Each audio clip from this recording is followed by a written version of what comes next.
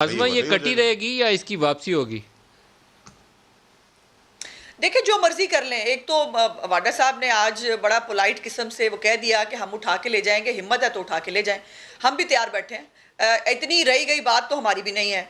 और काश ये वजीर आजम को पर्ची पकड़ा दिया करें। वो कभी जर्मनी जापान में ला देते हैं, कभी जो है वो जाकर कह देते हैं अलकायदा जो है वो हमने बनाई थी और उसामा बिन लादेन जो है वो हम पाल रहे थे। तो उनको जो है वो पर्ची उनके हाथों में हमेशा हुई है। पता नहीं ये क्या बातें, पर्ची पर्ची हमेशा उनके हाथ में पर्चा होता है पूरा, जब भी वो गुफ्तगू एफआईआर फरमा का रहे क्या होते हैं। बनेगा? तो ये इन क्या बातों से निकल एफआईआर आई। अब रजिस्टर्ड है तो जो ये इंपॉर्टेंट रहेगी या बात ये करना चाहती रिवर्सल हूँ, हो सकती है? जो मर्जी करें जी, हमें फर्क नहीं पड़ता। आप जरा अपना अपना निकालिए, आपका अपना खुद का इंटरव्यू है जो आपने वजीर आजम के साथ किया। उसमें वजीर आजम ने खुद जो है वो बगावत का और ये इल्ज़ाम लगाया नवाज शरीफ साहब के ऊपर। और उसके बाद ये कहना कि वो तो पता नहीं, वो तो बहुत मासूम आदमी है, उनको पता नहीं होता।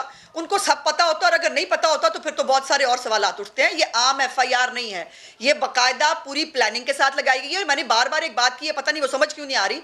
वो ये है कि जो शिकें लगाई गई हैं इस एफआईआर के अंदर, वो वफाकी हुकूमत की इजाजत और मंजूरी के बगैर नहीं लगाई जा सकती। जाके कानून पढ़ लें अगर मैं गलत कह रही हूं तो। और हमने मजहब कार्ड इस्तेमाल नहीं किया, हमारे खिलाफ धरने हुए थे जिसमें जा जाके ये सारे बैठा करते थे और वहां पर पैसे बढ़ते थे उनको भेजने के लिए। और गोलियां हमारे जो है वो घरों पे चली हैं, हमारे लोगों के जो है वो घरों पर और दफ्तरों पर हमले हुए हैं। मजहब कार्ड किसने इस्तेमाल किया है वो सारी दुनिया ने देखा है। इसलिए मुझे इस पर जरूरत नहीं है। मेरा ख्याल है कि हमें बात करनी चाहिए अब और इश्यूज के ऊपर। और उसमें जो आज इंपॉर्टेंट इशू है, ये जो बड़े मासूम है ना, बशीर मेमन साहब जिनको एफआईए को निकाला गया है, उनका इंटरव्यू देखा है आपने?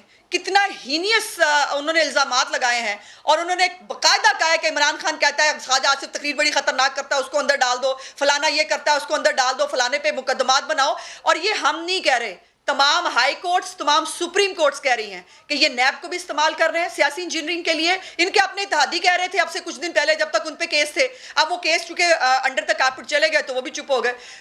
सुप्रीम कोर्ट कह रही है कि ये जो है ये सियासी मुखालिफिन का मुंह बंद करते हैं, नैब को इस्तेमाल करके। इंजीनियरिंग का ये इदारा है,